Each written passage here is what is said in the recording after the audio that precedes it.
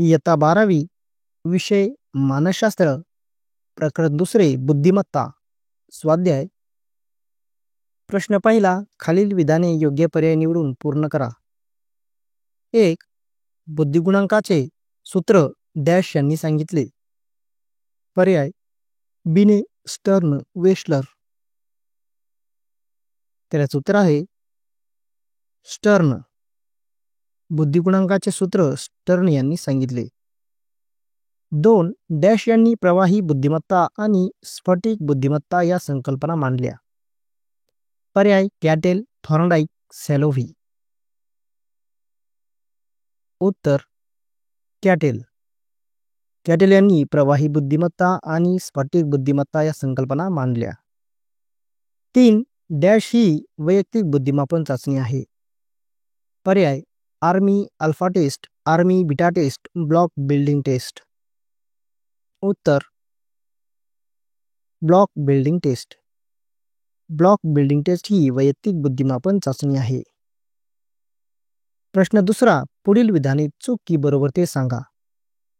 1. भाषिक बुद्धिमापन चाचण्या निरक्षर व्यक्तींना सहजपणे देता येतात. चूक. 2. भावनिक बुद्धिमत्ता वाढवणे शक्य असते. बरोबर. 3. कृत्रिम बुद्धिमत्तेला काही मर्यादा आहेत. बरोबर. 4. सामूहिक बुद्धिमापन चाचण्या कमी खर्चिक असतात. बरोबर. प्रश्न तिसरा पुढील प्रश्नांची एका वाक्यात उत्तरे लिहा. 1. बुद्धिमत्ता म्हणजे काय? उत्तर जगाला समजून घेण्यासाठी, तर्कनिष्ठ विचार करण्यासाठी आणि आव्हानांना सामोरे जाताना उपलब्ध संसाधनांचा उपयोग करून घेण्यासाठी वापरली जाणारी व्यापक क्षमता म्हणजे बुद्धिमत्ता होय. 2. बुद्धिमापन चाचण्यांचा जनक कोण? उत्तर अल्फ्रेड बिने हे बुद्धिमापन चाचण्यांचे जनक आहेत. 3. भाषिक बुद्धिमापन चाचणी म्हणजे काय? उत्तर ज्या बुद्धिमापन चाचण्या बुद्धिमापनासाठी भाषेचा म्हणजे शब्दांचा किंवा अंकांचा वापर करतात त्या बुद्धिमापन चाचण्यांना भाषिक बुद्धिमापन चाचण्या म्हणतात. 4. वैयक्तिक बुद्धिमापन चाचण्या म्हणजे काय? उत्तर ज्या बुद्धिमापन चाचण्या एका वेळी केवळ एकाच व्यक्तीला देता येतात त्या बुद्धिमापन चाचण्यांना वैयक्तिक बुद्धिमापन चाचण्या म्हणतात. प्रश्न चौथा पुढील संज्ञा स्पष्ट करा. 1. मानसिक वय. उत्तर मानसिक वय ही संकल्पना सर्वप्रथम अल्फ्रेड बिने यांनी मांडली. अल्फ्रेड बिने यांच्या मते व्यक्तीचा मानसिक विकास तिच्या शारीरिक वयाइतका असतोच असे नाही. अल्फ्रेड बिने यांनी विशिष्ट वयोगटासाठी उपचाचण्या तयार केल्या व विविध व्यक्तींच्या मानसिक वयाचे मापन केले. व्यक्ती ज्या विशिष्ट वयासाठीची चाचणी अचूकपणे सोडवते ते वय म्हणजे त्या व्यक्तीचे मानसिक वय होय. मानसिक वयाची संकल्पना पुढील उदाहरणाद्वारे स्पष्ट करण्यात आली आहे. व्यक्ती शारीरिक वय ज्या वयाच्या चाचणीतील सर्व घटक व्यक्तीने अचूकपणे सोडवले असे वय आणि मानसिक वय वर्षांत. व्यक्ती आहे ईशा जिचे शारीरिक वय आहे 10 वर्ष आणि तिने 12 वर्ष वयाच्या चाचणीतील सर्व घटक अचूकपणे सोडवले तर मग तिचे मानसिक वय आहे 12 वर्ष. व्यक्ती आहे अंकित ज्याचे शारीरिक वय आहे 10 वर्ष आणि त्याने 10 वर्ष वयाच्या चाचणीतील सर्व घटक अचूकपणे सोडवले तर त्याचे मानसिक वय असेल 10 वर्ष. पुढची व्यक्ती आहे राजेश जिचे शारीरिक वय आहे 10 वर्ष आणि त्याने 8 वर्ष वयाच्या चाचणीतील सर्व घटक अचूकपणे सोडवले तर त्याचे मानसिक वय आहे 8 वर्ष. 2. सामाजिक बुद्धिमत्ता. उत्तर कोलंबिया विद्यापीठातील E.L. थॉर्नडाईक या मानसशास्त्रज्ञाने 1920 साली सर्वप्रथम सामाजिक बुद्धिमत्ता ही संकल्पना मांडली. हॉवर्ड गार्डनर यांनी त्यांच्या बहुविध बुद्धिमत्ता सिद्धांतात आंतरवैयक्तिक बुद्धिमत्ता ही संकल्पना मांडली. कार्ल ऑल्ब्रिcht यांच्या मते इतरांशी सौहार्दपूर्ण संबंध प्रस्थापित करण्याची क्षमता आणि इतरांकडून सहकार्य प्राप्त करून घेण्याची क्षमता म्हणजे सामाजिक बुद्धिमत्ता होय. कार्ल अल्ब्रेcht यांच्या मते आपले इतरांप्रती असलेले वर्तन ही बाधक वर्तन व पोषक वर्तन या दोन टोकामधील वर्तनाच्या विस्तार कक्षेच्या दरम्यान असते. इतरांना तुच्छ लेखणे, इतरांना सहकार्य न करणे, नकारात्मक बोलणे, इतरांना नावनीत करणे इत्यादी बाधक वर्तनाची उदाहरणे आहेत. सातत्यपूर्ण बाधक वर्तन निम्न सामाजिक बुद्धिमत्ता दर्शवते. इतरांना मान देणे, इतरांना सहकार्य करणे, सकारात्मक बोलणे, इतरांना प्रोत्साहित करणे इत्यादी पोषक वर्तनाची उदाहरणे आहेत. सातत्यपूर्ण पोषक वर्तन उच्च सामाजिक बुद्धिमत्ता दर्शवते. 3. भावनिक बुद्धिमत्ता. उत्तर: जॉन मेयर आणि पीटर सॅलोव्ही या मानसशास्त्रज्ञांनी भावनिक बुद्धिमत्ता या संज्ञेचा सर्वप्रथम वापर केला. डॅनियल गोलमन यांनी भावनिक बुद्धिमत्ता या संकल्पनेस मोठ्या प्रमाणावर प्रसिद्धी दिली. जॉन मेयर आणि पीटर सॅलोव्ही यांच्या मते स्वतःच्या व इतरांच्या भावनांच्या आकलनाची व त्यांच्या व्यवस्थापनाची क्षमता, भावनांमधील फरक जाणून घेण्याची क्षमता आणि या माहितीच्या आधारे स्वतःच्या विचारांना आणि वर्तनांना दिशा देण्याची क्षमता म्हणजे भावनिक बुद्धिमत्ता होय.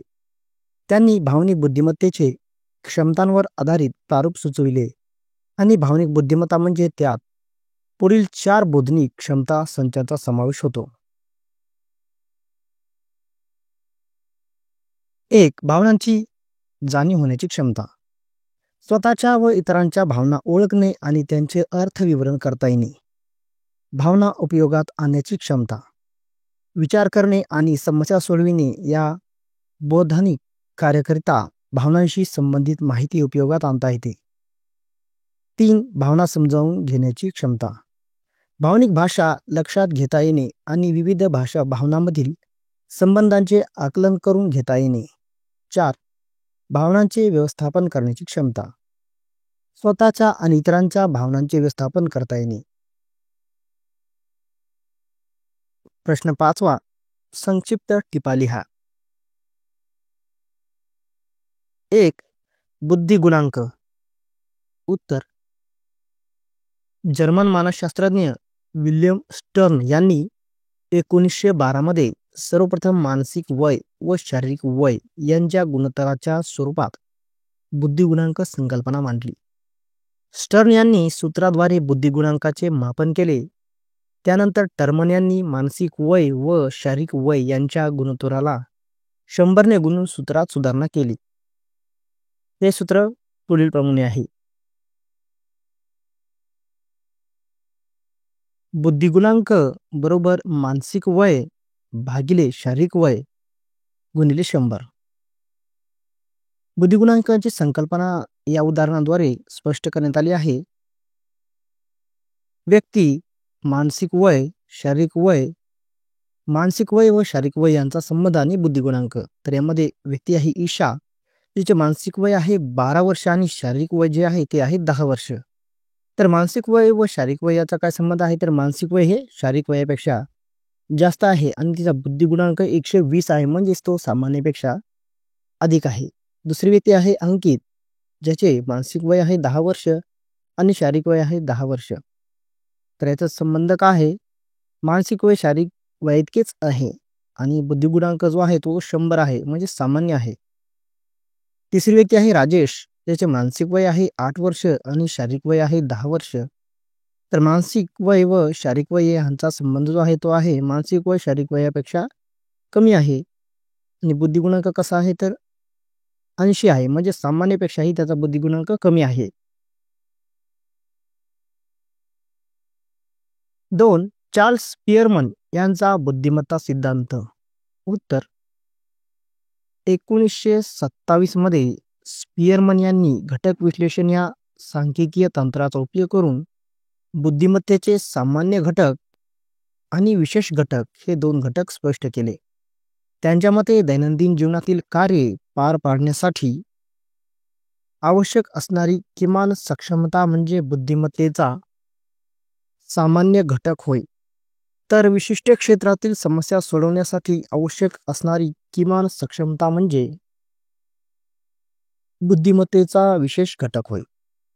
बुद्धिमत्तेचा सामान्य घटक सर्वांमध्ये जवळपास सारखाच असतो, परंतु विशेष घटक भिन्न भिन्न भिन्न असतो. 3. भाषिक बुद्धिमापन चाचण्या. उत्तर: ज्या बुद्धिमापन चाचण्या बुद्धिमापनासाठी भाषेचा म्हणजे शब्दांचा किंवा अंकाचा वापर करतात, त्या बुद्धिमापन चाचण्यांना भाषिक बुद्धिमापन चाचण्या म्हणतात. या चाचण्यांमध्ये चाचणी देणाऱ्या व्यक्तीला चाचणीतील प्रश्नांची उत्तरे देण्यासाठी भाषेचा वापर करावा लागतो. Army alpha test, Wechsler adult intelligence scale इत्यादी भाषिक बुद्धिमापन चाचण्यांची उदाहरणे आहेत. 4. अभाषिक बुद्धिमापन चाचण्या. उत्तर: ज्या बुद्धिमापन चाचण्या बुद्धिमापनासाठी चित्रे, आकृत्या, भौतिक वस्तू इत्यादींचा वापर करतात, परंतु कुठेही भाषेचा वापर केला जात नाही, त्या चाचण्यांना अभाषिक बुद्धिमापन चाचण्या म्हणतात. या चाचण्यामध्ये चाचणी देणाऱ्या व्यक्तीला चाचणीतील प्रश्नांची उत्तरे देण्यासाठी भाषेचा वापर करावा लागत नाही. अभाषिक बुद्धिमापन चाचण्यांचे कृती चाचणी आणि पेपर पेन्सिल चाचणी असे 2 प्रकार पडतात. कोह यांची ब्लॉक डिझाइन टेस्ट, अलेक्झांडर यांची pass along test, Merrill Palmer यांची block building test, doctor Bhatia यांची अभाषिक बुद्धिमापन चाचणी इत्यादी अभाषिक कृती बुद्धिमापन चाचण्यांची उदाहरणे आहेत. रेव्हन्स यांची स्टँडर्ड प्रोग्रेसिव्ह मेट्राइसेस, रेव्हन्स यांची कलर प्रोग्रेसिव्ह मेट्राइसेस इत्यादी अभाषिक पेपर पेन्सिल बुद्धिमापन चाचण्यांची उदाहरणे आहेत. 5. कृत्रिम बुद्धिमत्ता. उत्तर: मानवी बुद्धीसारखी विचार करण्याची आणि अनुभवातून शिकण्याची क्षमता यंत्रांमध्ये व त्यांना चालवणाऱ्या सॉफ्टवेअर प्रोग्राम्समध्ये आणणे म्हणजे कृत्रिम बुद्धिमत्ता होय. कृत्रिम बुद्धिमत्ता ही संगणकशास्त्र, सांख्यिकी, भाषा, तत्वज्ञान आणि मानसशास्त्र अशा अनेक ज्ञानशाखांचा संगम आहे. कृत्रिम बुद्धिमत्तेचा वापर करणारी उपकरणे तर यामध्ये आहेत स्वयंचलित गाड्या, संगणक, रोबोट्स, वैद्यकीय निदानाकरिता वापरले जाणारे उपकरणे, भाषांतर उपकरणे, स्वयंचलित क्षेपणास्त्र, चॅटबोट्स. मानवी बुद्धिमत्तेतून कृत्रिम बुद्धिमत्ता निर्माण झाली आहे. मानवी बुद्धिमत्तेला तुलनेने मर्यादा नाहीत. कृत्रिम बुद्धिमत्तेला मर्यादा आहेत. अनुभवातून बदलत जाणारे ज्ञान, कल्पनाशक्ती, भावना, नीतिमत्ता, सामाजिक मूल्य इत्यादी घटकांमुळे मानवी बुद्धिमत्ता अधिक सापेक्ष निर्णय घेऊ शकते. कृत्रिम बुद्धिमत्ता केवळ साठवलेल्या माहितीचे विश्लेषण करून निर्णय घेते. कृत्रिम बुद्धिमत्तेच्या तुलनेत मानवी बुद्धिमत्ता श्रेष्ठ ठरते. त्यामुळे मानवी बुद्धिमत्तेला कृत्रिम बुद्धिमत्ता सर्वार्थाने पर्याय होऊ शकत नाही.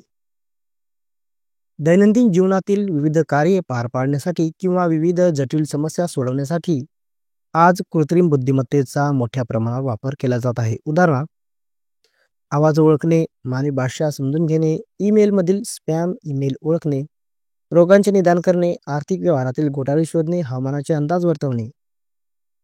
प्रश्न 6. पुढील प्रश्नांची दिलेल्या मुद्द्यांच्या आधारे उत्तर लिहा.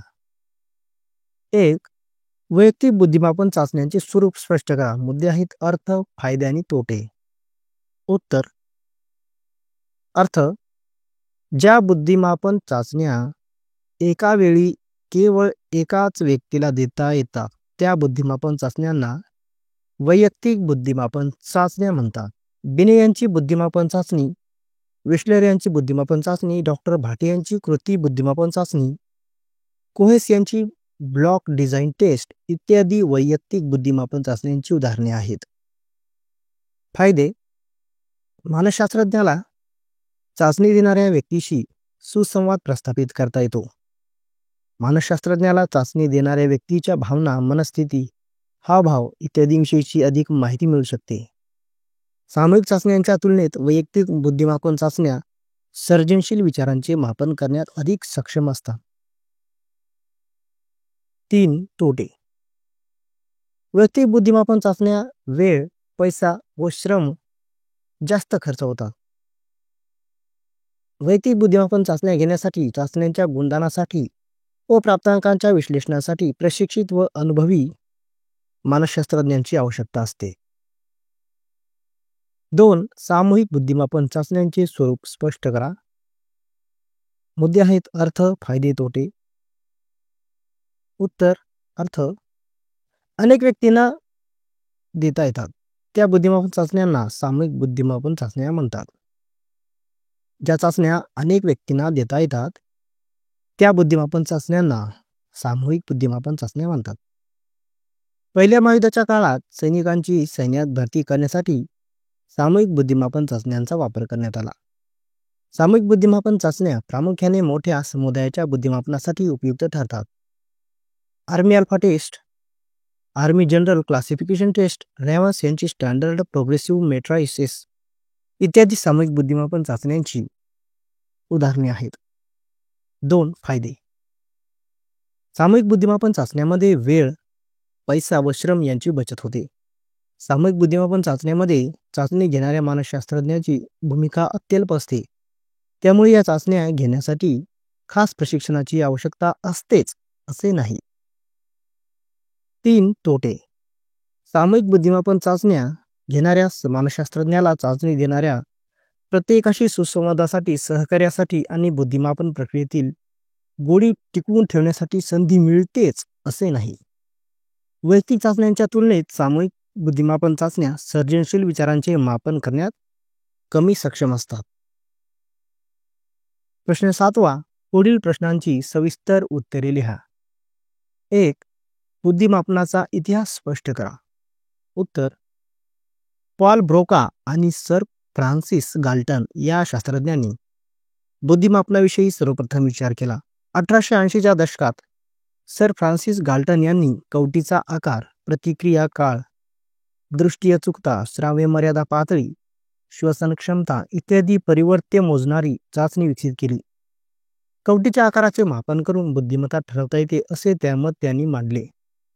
त्यांनी असे गृहीत धरले की कवटीचा आकार जितका मोठा तितकी व्यक्ती तल्लख असते. परंतु सर फ्रान्सिस गाल्टन यांची चाचणी बुद्धिमापनासाठी फार उपयुक्त ठरली नाही. 1890च्या दशकाच्या सुरुवातीस रेमंड कॅटेल या सर फ्रान्सिस गाल्टन यांच्या प्रयोगशाळेतील सहकार्याने अमेरिकेत प्रयोगशाळा उभारल्या. त्यावेळी रेमंड कॅटेल यांनी मानसिक चाचणी या संकल्पनेचा मानसशास्त्रीय लिखाणात सर्वप्रथम वापर केला. रेमंड कॅटेल यांनी वैज्ञानिक कार्यांद्वारे बुद्धिमत्तेचे मापन करता येते या सर फ्रान्सिस गाल्टन यांच्या मतास दुजोरा दिला, परंतु त्यांच्या गुरूंच्या विचारप्रवाहात नव्याने भर घातली. रेमंड कॅटेल यांनी असे स्पष्ट केले की चाचण्या या प्रमाणित पद्धतीनेच दिल्या गेल्या पाहिजेत, जेणेकरून व्यक्तीमधील किंवा निरनिराळ्या वेळी दिलेल्या चाचण्यांच्या प्राप्तांकांची तुलना करणे शक्य होईल. 20व्या शतकाच्या सुरुवातीस पॅरिसमधील शालेय अधिकाऱ्यांना काही विद्यार्थी कोणतेही वैद्यकीय किंवा परिवेशीय कारण नसतानाही परीक्षेत सातत्याने अपयशी का ठरत आहेत याविषयीची कारणे समजून घेण्याची तीव्र इच्छा होती. त्यातूनच बिने सायमन चाचणीची निर्मिती झाली. फ्रेंच मानसशास्त्रज्ञ अल्फ्रेड बिने यांनी त्यांच्या सायमन या सहकार्याच्या मदतीने 1905 साली पहिली बुद्धिमापन चाचणी प्रकाशित केली. त्यामुळेच अल्फ्रेड बिने यांना बुद्धिमत्ता चाचण्यांचे जनक मानले जाते. बिने सायमन चाचणी तर्क करणे, यमक जुळणारे शब्द ओळखणे, वस्तूंची नावे सांगणे इत्यादी घटकांचा समावेश होतो. या चाचणीत 1908 साली व पुन्हा 1911 साली सुधारणा करण्यात आल्या. स्टॅनफोर्ड विद्यापीठातील लेवी स्टर्मन यांनी 1916 मध्ये बिने सायमन चाचणीत काही घटकांत बदल करून नव्याने काही घटकांचा समावेश करून नवीन वय मानदंड विकसित करून व चाचणीची वयोमर्यादा वाढवून सुधारणा केल्या. या सुधारित चाचणीला स्टॅनफोर्ड बिने बुद्धिमापन चाचणी म्हणून ओळखले जाऊ लागले. स्टॅनफोर्ड बिने बुद्धिमापन चाचणीत 1937, 1960, 1962, 1986 आणि 2004 साली सुधारणा करण्यात आल्या. 1914 साली पहिले महायुद्ध सुरू झाले. त्यानंतर 1917 साली रॉबर्ट यर्क्स यांनी इतर सहकाऱ्यांच्या मदतीने आर्मी अल्फा टेस्ट आणि आर्मी बीटा टेस्ट या बुद्धिमापन चाचण्या तयार केल्या. या बुद्धिमापन चाचण्या सैनिकांची सैन्यात भरती करताना वापरण्यात आल्या. पहिल्या महायुद्धानंतरच्या कालावधीत बुद्धिमापनाचे महत्त्व वाढत गेले. 1939 साली दुसऱ्या महायुद्धाच्या काळात पुन्हा सैनिकांची सैन्यात भरती करण्यासाठी आर्मी जनरल क्लासिफिकेशन टेस्ट या बुद्धिमापन चाचणीचा मोठ्या प्रमाणावर वापर करण्यात आला. डेव्हिड वेशलर यांनी 1939 साली वेशलर बेलेहू चाचणी प्रकाशित केली. या चाचणीत 1955 साली सुधारणा करण्यात आली व ही सुधारित चाचणी वेशलर ॲडल्ट इंटेलिजन्स स्केल म्हणजेच वेशलर यांची प्रौढांकरिता बुद्धिमत्ता चाचणी या नावाने ओळखली जाऊ लागली. वेस ही चाचणी प्रौढ व्यक्तींच्या बुद्धिमापनासाठी उपयुक्त ठरते. कार्ल पियर्सन यांनी 2008 साली WAIS चाचणीची 4थी आवृत्ती प्रकाशित केली. डेव्हिड वेशलर यांनी लहान मुलांच्या बुद्धिमापनासाठी ही चाचणी तयार केली. ही चाचणी वेशलर इंटेलिजन्स स्केल फॉर चिल्ड्रन वेशलर यांची मुलांकरिता बुद्धिमत्ता चाचणी या नावाने ओळखली जाते. या चाचण्याव्यतिरिक्त इतर अनेक मानसशास्त्रज्ञांनी निरनिराळ्या बुद्धिमापन चाचण्या तयार केल्या आहेत. 2. बुद्धिमापनाचे अनेक क्षेत्रात उपयोग आहेत. सोदाहरण स्पष्ट करा. उत्तर: व्यक्तीमधील भिन्नता जाणून घेण्याच्या दृष्टीने बुद्धिमापनाला सुरुवात झाली. आज बुद्धिमापनाचे विविध क्षेत्रांत व्यावहारिक उपयोजन दिसून येते. आज शिक्षण संस्था, बालमार्गदर्शन केंद्रे, कामगार निवड केंद्रे, आरोग्य निदान केंद्रे इत्यादी क्षेत्रात बुद्धिमापन चाचण्यांचा वापर होतो. पुढील काही क्षेत्रांत बुद्धिमापन चाचण्यांचा मोठ्या प्रमाणावर वापर केला जातो. 1. प्रभावी शिक्षण. बुद्धिमापन चाचण्याचा वापर इतर व्यक्तींना आणि शैक्षणिक संस्थांना शैक्षणिकदृष्ट्या मागे पडणाऱ्या विद्यार्थ्यांच्या समस्या ओळखण्यात व त्याच्या समस्या सोडवण्यात उपयुक्त ठरतात. ठराविक कालावधीच्या अंतराने बुद्धिमापन करून शिक्षकांना विद्यार्थ्यांचे बुद्धिगुणांकानुसार विविध गटांत वर्गीकरण करता येते. त्यानुसार अध्यापन कार्यक्रमांचे नियोजन करणे शक्य होते व त्याद्वारे अभ्यासात मागे पडणाऱ्या विद्यार्थ्यांना विकासाची सामान्य पातळी गाठण्यात मदत करता येते. 2. मानसिक स्वास्थ्य सहाय्यता. बुद्धिमापन चाचण्या चिकित्सकांना लाभार्थीच्या बुद्धीची पातळी मोजण्याकरिता उपयुक्त ठरतात. बुद्धिमापन चाचण्या चिकित्सकांना निदान करण्यासाठी, लाभार्थीची अस्वास्थ्यातून सुधारण्याची शक्यता आजमावण्यासाठी, उपचाराची दिशा ठरवण्यासाठी तसेच पुनर्वसनात्मक कार्यक्रमाची आखणी करण्यासाठी उपयुक्त ठरतात. 3. प्रभावी पालकत्व. बुद्धिमापन चाचण्या पालकांना आपल्या पाल्याची बौद्धिक क्षमता जाणून घेण्यात मदत करतात. बुद्धिगुणांकाविषयीची माहिती पालकांना त्यांच्या पाल्यांसाठी सुयोग्य आणि शैक्षणिक सुविधा पुरवण्यात व पाल्यांकडून वास्तव अपेक्षा ठेवण्यात उपयुक्त ठरते. 4. शैक्षणिक समुपदेशन. बुद्धिमापन चाचण्या विद्यार्थ्यांना त्यांच्या बौद्धिक क्षमतांना साजेसा शिक्षणक्रम निवडण्यास उपयुक्त ठरतात.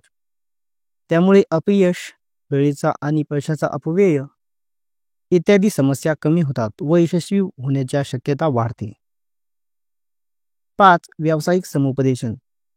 बुद्धिमापन चाचण्या लोकांना त्यांच्या बौद्धिक क्षमतांना साजेसा नोकरी, व्यवसाय निवडण्यास उपयुक्त ठरतात. त्यामुळे गैरहजेरी, कार्य असमाधान इत्यादी समस्या कमी होतात व समाधानाने व आनंदाने जीवन जगण्याच्या शक्यता वाढतात. 3. उच्च सामाजिक बुद्धिमत्ता असलेल्या व्यक्तींची लक्षणे स्पष्ट करा. उत्तर: उच्च सामाजिक बुद्धिमत्ता असलेल्या व्यक्तींची काही लक्षणे पुढीलप्रमाणे आहेत. 1. अशा व्यक्ती इतरांना चांगल्या प्रकारे समजू शकतात व इतरांशी परिणामकारक संवाद साधू शकतात. 2. अशा व्यक्ती स्वतःच्या शाब्दिक आणि अशाब्दिक अभिव्यक्तींवर नियंत्रण ठेवण्याची क्षमता असते.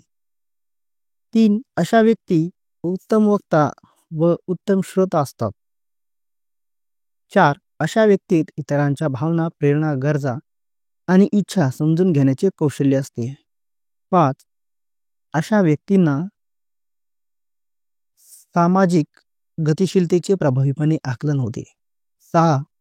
अशा व्यक्तींचा दृष्टिकोन इतरांशी व्यवहार करताना दृष्टिकोन लवचिक असतो. 7. अशा व्यक्ती ध्येयप्रेरित, चिकाटी असणाऱ्या आणि आत्मविश्वासू असतात. 8. अशा व्यक्ती सामाजिक संघर्ष सोडवू शकतात. 9. अशा व्यक्ती यशस्वीपणे तडजोड करतात. 10. अशा व्यक्ती इतरांशी वैयक्तिक व व्यावसायिक नातेसंबंध वृद्धिंगत करू शकतात.